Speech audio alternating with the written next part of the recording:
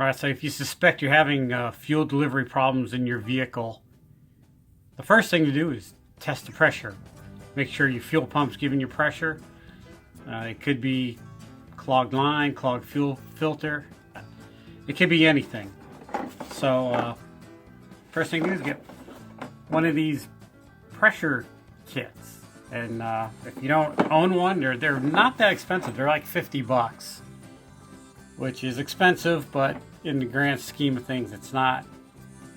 My philosophy is if I'm going to use it twice a year, I'm going to buy it as opposed to renting it unless it's crazy expensive.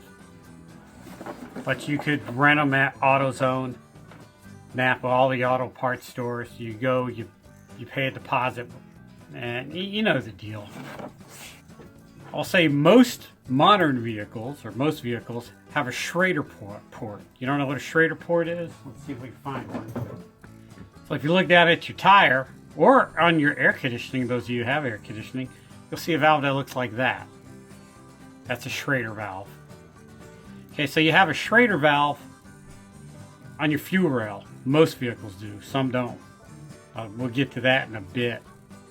So you just screw this on there. And be careful because gas is going to come out. Have a rag underneath it to soak up the gas. Then you press this button to let all the pressure out and zero the gauge. And then again, be careful because gas is going to come out of that end. So you got to have preferably empty 20-ounce bottle. Because if it's not empty and you drink it, it's going to taste like gas or shit. Either way, they both taste the same. You know how I know? I spent many of my childhood going. Put it on, start the vehicle up, it's going to go. I'll show you how to do it. If you don't have a Schrader valve, in your kit is going to be something like this. And you screw this on there like this. And then you find a break or a joint in your fuel line, usually like right after the fuel filter, and you put that on there. Now what if you don't have a clamp-on fuel line? This kit has all kinds of little giblets and stuff, of fittings that you could probably going to end up losing, but you can make a connection.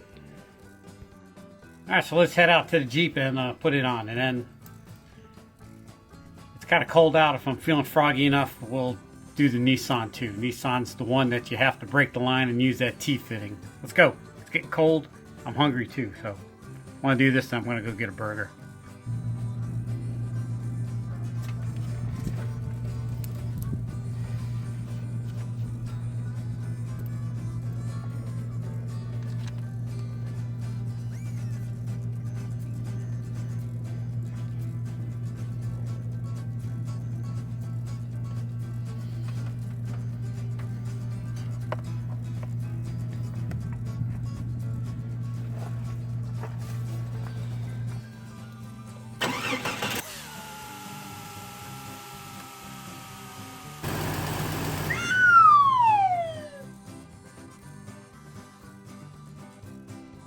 From my fuel filter video, we got to take the intake cover off.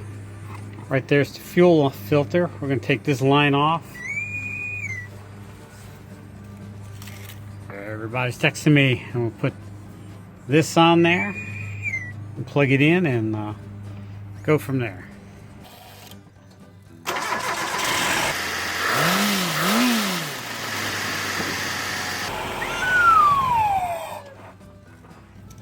Dropped like a rock. Right. So you just put a rag down. There's no pressure in there, so it's not going to spit out much anyhow. Release the button to release the pressure. Pressure test done. Alright, so there you have it. If your vehicle's running a little funky and you can't figure it out, a little hard time starting, try a fuel pressure test. It's not that hard to do. It's cheap and easy, and it eliminates a lot of guesswork. Alright, so you got some time to kill, check out my podcast, 10 Minute Off-Road Podcast. It's a podcast for the off-roader with a short attention span. And it'll be a card to playlist up around here somewhere. If you really don't have a life and have a lot of time to kill, check out one of my awesome videos, like how to change the pressure regulator. That one's coming up. It probably won't be this one. And it's definitely not going to be that one there. Don't forget to hit subscribe. I don't know where that thing's going to be. It's probably going to be down here somewhere. Got something to say? Leave a comment down below. Enjoy the comments. Alright, thanks for watching.